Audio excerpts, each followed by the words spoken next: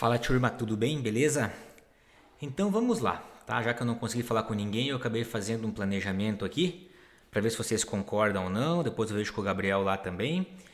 E pra gente começar uma discussão aqui, né?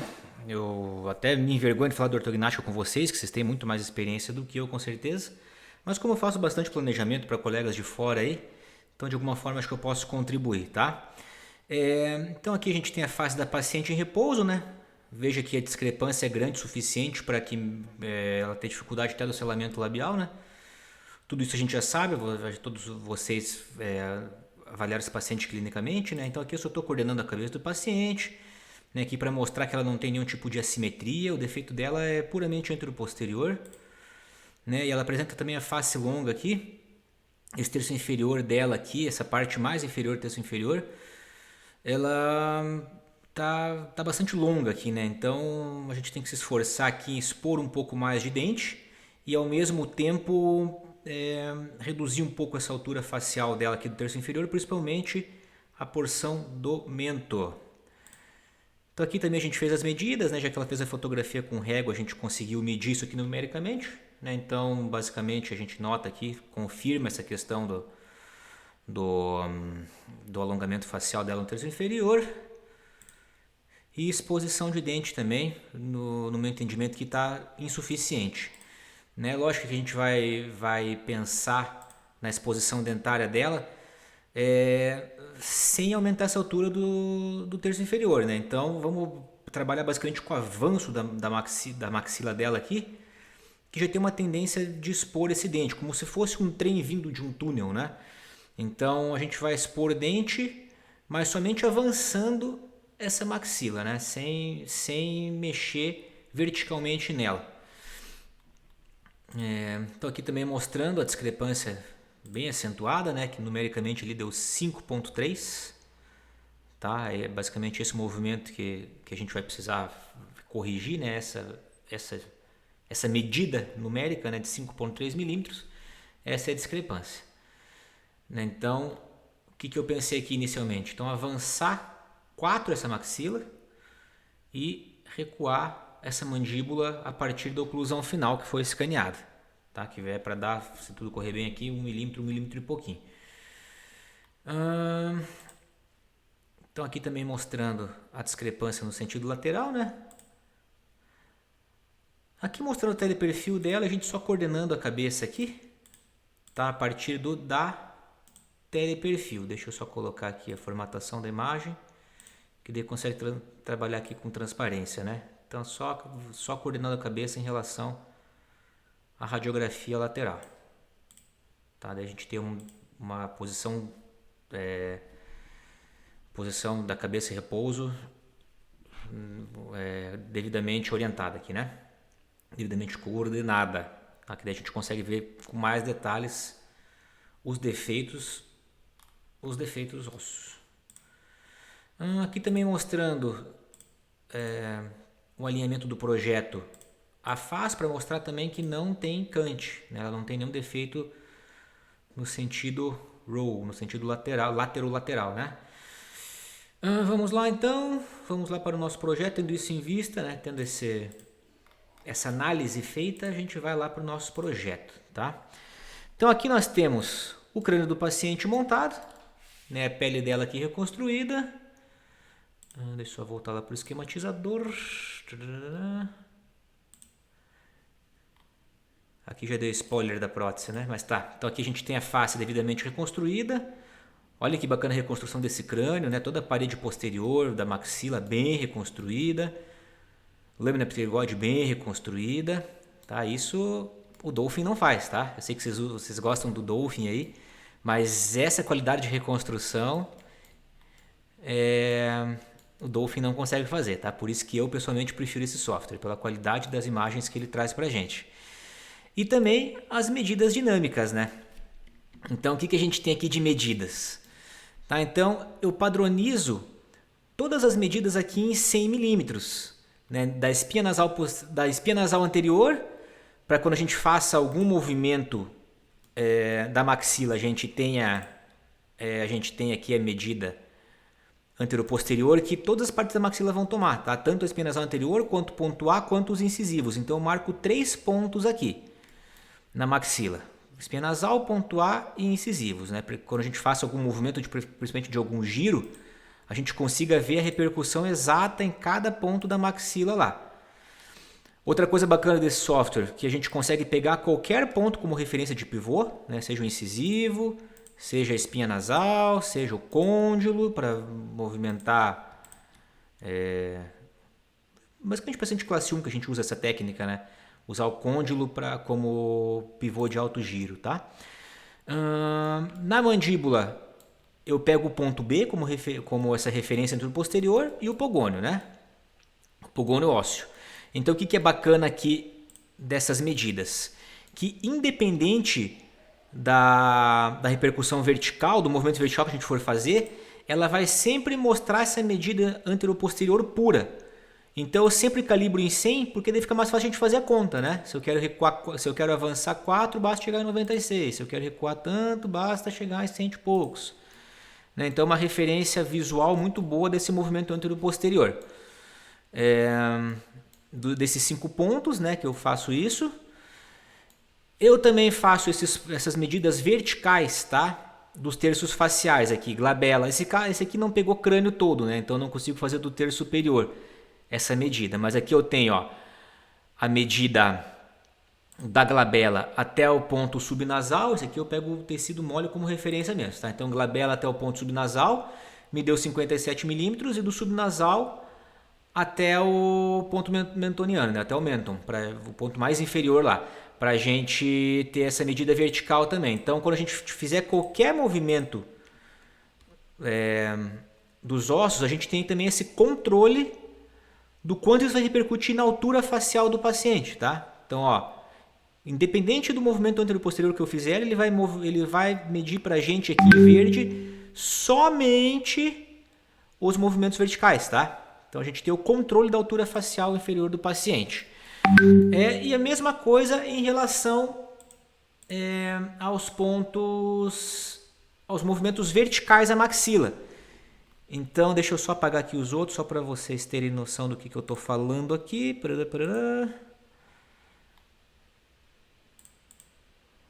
Tá, então ó, as medidas também verticais, tá? Eu faço isso em todos os dentes, todos não, faço nos incisivos caninos e molares. Principalmente quando o paciente tem encante, né? Para a gente ter também o controle vertical da maxila. Né? Então tá vendo aqui os 52, 27 e o 48? Essas são as medidas verticais da maxila. Então vale aquele mesmo conceito, ó, independente do movimento anteroposterior que fizer, ele vai medir para a gente só os movimentos verticais. Então nós temos todo o controle da face do paciente, né? Tanto os movimentos anteroposteriores quanto os movimentos verticais. Então vamos lá, tendo isso em mente, o que a gente tinha planejado inicialmente, né? Então vamos lá para as animações. Então o que nós temos aqui? Aqui nós temos o crânio e a pele reconstruída, né? Para a gente ver a dinâmica dos tecidos moles. E aqui nesse quadro aqui desse lado, nós temos o tecido mole do paciente numa visão de perspectiva, ou seja, como se fosse uma lente de uma câmera. Né? Então é o mais parecido que tem com as movimentações reais mesmo. Né? A gente tem uma visão perspectiva e não só ortográfica para controlar os movimentos ósseos. Tá? Então, o que eu quero dizer com isso? Ó? Eu consigo enxergar o movimento do tecido mole, a dinâmica do tecido mole, tanto nessa vista ortográfica, como também essa vista em perspectiva. Então eu avanço lá, eles se movimentam simultaneamente, tá? Maxila, mandíbula, tá? Bem exageradão lá, tá? Mas aí pra gente ter uma noção uma perspectiva mais real possível de como vai ficar esse tecido mole. Beleza, gente. Então, o que eu fiz de movimentação aqui? Eu já tenho salvo essa parte inicial do projeto também, do crânio montado, né? Caso vocês queiram mudar todos esses movimentos. Mas também salvei esse movimento que eu fiz aqui. Né? Então vamos lá, o que eu fiz aqui? Ó? Avancei, na verdade, deixa eu até salvar isso aqui, esse projeto de novo aqui, só para a gente não perder. Acho que eu já tinha salvo, mas só para garantir. Então, o que a gente tinha feito aqui? O que eu tinha planejado? Avançar 4 milímetros essa maxila, tá? Para que exponha um pouco mais de incisivo e dentro essa discrepância de 5,3, a gente vai dar prioridade, obviamente, para o avanço da maxila, que é o que ela mais precisa, né? Então aqui a gente fez o seguinte, ó. Avancei essa maxila em 4 milímetros e a mandíbula acompanhou a oclusão final, tá? Esse acompanhamento da mandíbula não é ao acaso, né? Então o que eu fiz aqui, ó? Deixa eu mostrar para vocês aqui rapidão. Eu escaneei a oclusão final da paciente. Ó, eu escaneei essa oclusão final da paciente e essa oclusão final acompanha a maxila. Opa, desculpa. Acompanha a maxila, tá vendo? A oclusão final tá lá. Então a gente leva a mandíbula para essa oclusão final. E também no modelo já está marcado quais dentes devem ser desgastados, né? Tudo bem controladinho. Deixa eu apagar essa oclusão final novamente e vamos voltar lá. Então, ó, tecido mole, aqui, ó. Beleza, pessoal. Então, a mandíbula acompanhou, tá? A mandíbula acompanhou. E o que eu fiz com esse mento aqui? Porque mesmo a mandíbula acompanhando, a altura, nesse movimento aqui, a altura facial já diminuiu em 2 milímetros, mas ainda é insuficiente, tá? Então, o que eu pensei aqui? Isso que eu quero ver com vocês. Né? Eu diminuí esse mento no sentido vertical, tá? Com uma fatia de 3 milímetros lá, para que dê uma delicadeza para a face da paciente. A face dela é muito masculina, esse mento dela é muito proeminente no sentido vertical. Então, lógico, eu não quis recuar esse mento sob risco de fazer papada nela, né? Então eu pensei nesse sentido vertical mesmo, ó. Tá? Uma fatia de 3 milímetros, que daí a face dela vai a altura facial inferior vai de 72 para 67. Né? Ainda está longe de a gente conseguir uma simetria com os outros terços faciais, porque realmente é muito proeminente, mas já dá uma delicadeza para a face dela. Tá? Então aqui, ó. De repente dá até para pensar num recuo, tá? Porque esse movimento aqui ainda deixou o mento muito avançado, tá? Não, na verdade, até o movimento global do mento até avançou 1 milímetro. Né? Vamos fazer o seguinte aqui, ó. Então, até recuar um pouco esse mento, além da fatia, fazer um pequeno recuo de 2 milímetros aqui. Ó, então, de 101, vamos levar para 98 aqui, tá? Olha, desculpa, de 101 para 104, tá? Que a gente vai recuar, né? Ó, então, manter a altura em 67. Ó, manter a altura em 67. Esse aqui levar ele para 101, 104, né? Então, 104. Tá, então, realmente fazer um pequeno recuo de mento aqui, né? Deixa eu só gravar esse movimento aqui. Aí, beleza.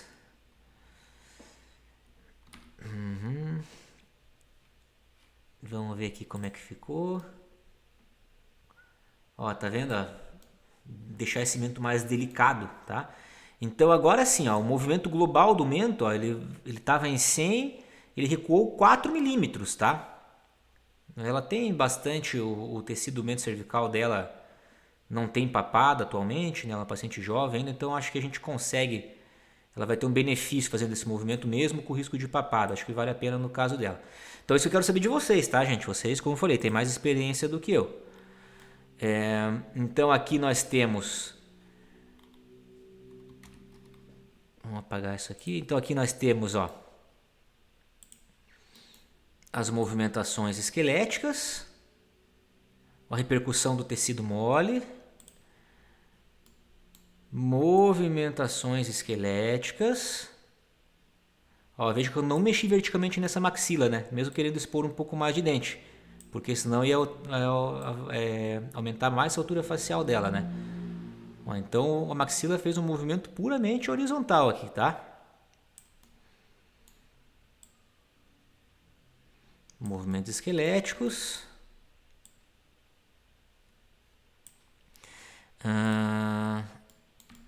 repercussão em tecido mole.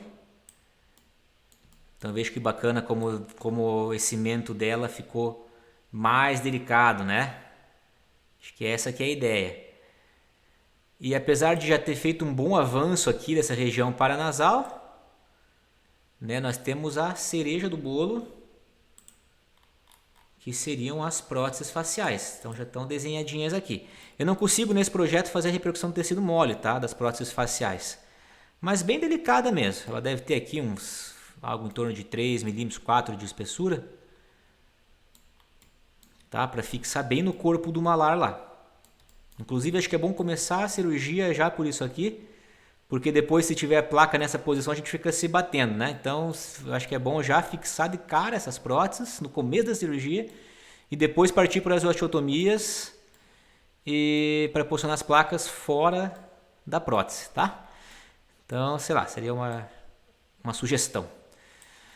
Certo, gente? Então vou mandar essas imagens para vocês aí, vou mandar esse vídeo.